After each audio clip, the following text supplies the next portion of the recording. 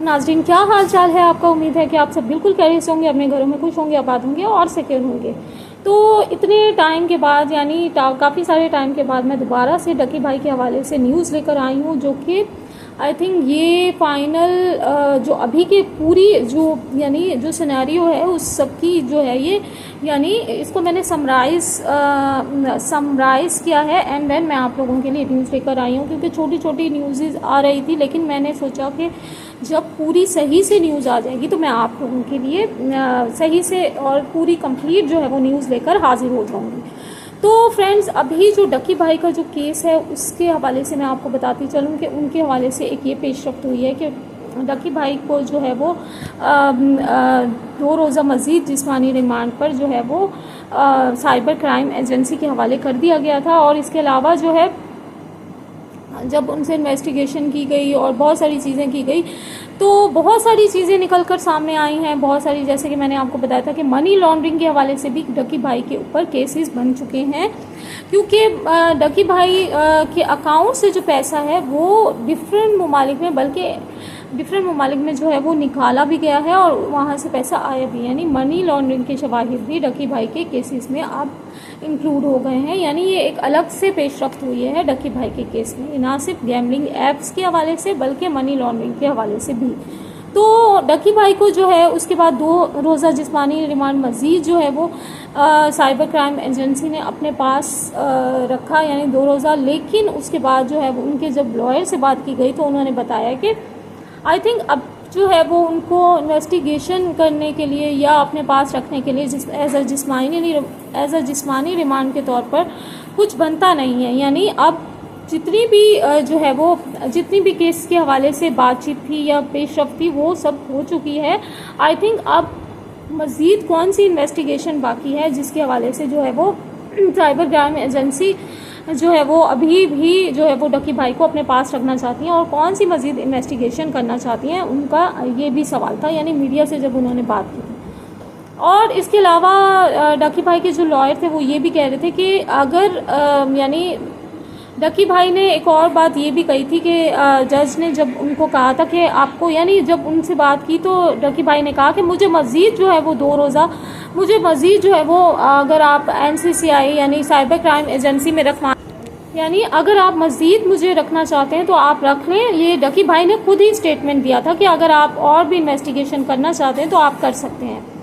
तो इसके हवाले से ये कह रहे थे कि डकी भाई इस हवाले से बहुत ही ज़्यादा अच्छे तरीके से ताउन कर रहे हैं, यानी कि वो चाहते हैं कि पुलिस जितनी भी वो अपनी जो इन्वेस्टिगेशन है वो सही से कर लें, यानी जितना भी वो लोग पूछ करना चाहते हैं। तो ये इससे ये शो होता है, उनके लॉयर ये कह रहे थे कि डकी भाई का ये एक पॉजिटिव जेस्चर जाता है, यानी उनके हवाले से एक पॉजिटिव बात आती है कि उन्होंने खुद ही जो है वो कहा कि मुझे मज़ीद अगर आप रखना चाहते हैं जिस्मानी रिमांड के तौर पर तो आप रख सकते हैं। इसके अलावा डकी भाई को जो है वो फिर 2 रोज़ा मज़ीद जिस्मानी रिमांड पर रखा गया साइबर क्राइम एजेंसी ने। और इसके अलावा जो है फिर उसके बाद क्या हुआ कि डकी भाई को जो है वो 2 रोज़ा जब जिस्मानी रिमांड यानी NCCI साइबर क्राइम एजेंसी के पास, इन्वेस्टिगेशन एजेंसी के पास जब रखा गया और उसके बाद जो है वो डकी भाई को जो है वो जेल भेज दिया गया। यानी जेल भेजने का मकसद ये था कि अब वो जिस्मानी रिमांड पर नहीं है, बल्कि अब शायद जुम्मे के रोज़ जो है वो उनकी बेल हो जाए।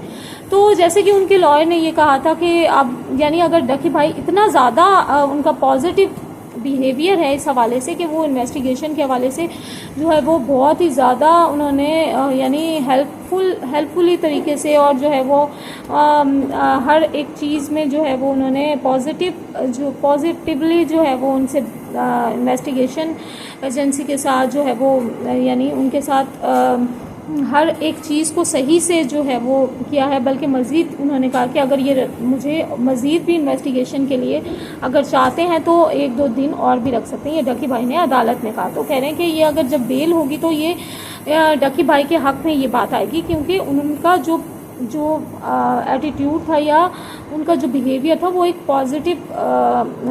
पॉजिटिवनेस जो है वो शो करता है। तो इसके अलावा जब डकी भाई को जो है वो जेल में लेके जाया जा रहा था। तो जेल में लेके जाते हुए एक सोशल मीडिया पर जो जिस तरह से मैंने आपको बताया यूट्यूबर और जो डिफरेंट हमारे न्यूज़ के जो चैनल्स के रिपोर्टर होते हैं वो बहुत ही कोई अजीब तरह का बिहेव कर रहे थे। वो उनको कह रहे थे कि अगर आप जो है वो फर्स्ट टाइम जो है वो जेल में जा रहे हैं तो आपको कैसा लग रहा है, वहाँ पर कत्ल के मुजरिम होंगे, पता नहीं डिफरेंट तरह के मुजरिम होंगे, ये एक नई दुनिया है। तो आप इसके हवाले से कुछ कहना चाहते हैं? तो डकी भाई बिल्कुल खामोश थे और उन्होंने एक लफ्ज़ भी नहीं कहा था। और फिर वो ये भी कह रहे थे, वो जो यानी रिपोर्टर था उसने ये भी बोला कि आप क्या चाहते हैं, आप क्या इसके बाद ब्लॉगिंग करेंगे, ये आपके साथ अच्छा तो नहीं हो रहा है। यानी वो खुद ही से सवाल बना रहा था और खुद ही से ही जवाब दे रहा था। तो इसके अलावा बस यही पेशरफ्त थी डकी भाई के केस के हवाले से। यानी अब डकी भाई को जो है वो जेल भेज दिया गया, लेकिन फ्राइडे के दिन हो सकता है कि डकी भाई की जो है वो बेल हो सकती है।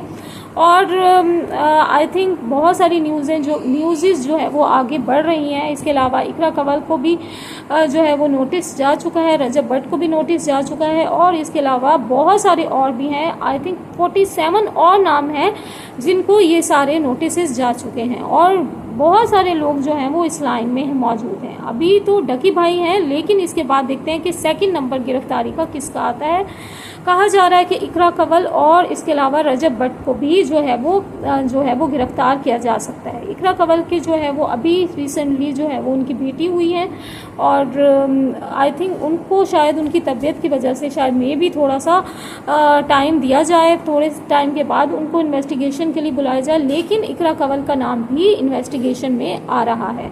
तो फ्रेंड्स ये थी सारी न्यूज़ जो मैंने आपको बताया था गैम्बलिंग ऐप्स के हवाले से, गैम्बलिंग जो की ऐप्स की एडवर्टाइजमेंट के हवाले से है और इसके अलावा मनी लॉन्ड्रिंग की भी कुछ चीज़ें निकल रही हैं, टिकटॉकर, यूट्यूबर और भी बहुत सारे नाम इसमें मौजूद हैं। अभी तक 47 लोगों के नाम इसमें आ चुके हैं। अब देखते हैं कि कौन सा दूसरा नंबर होगा जो कि NCCI यानी साइबर क्राइम एजेंसी जो है वो उनको पकड़कर जो है वो गिरफ्तार करके उनकी इन्वेस्टिगेशन करती है। तो लेट्स सी, हम लोग देख रहे हैं।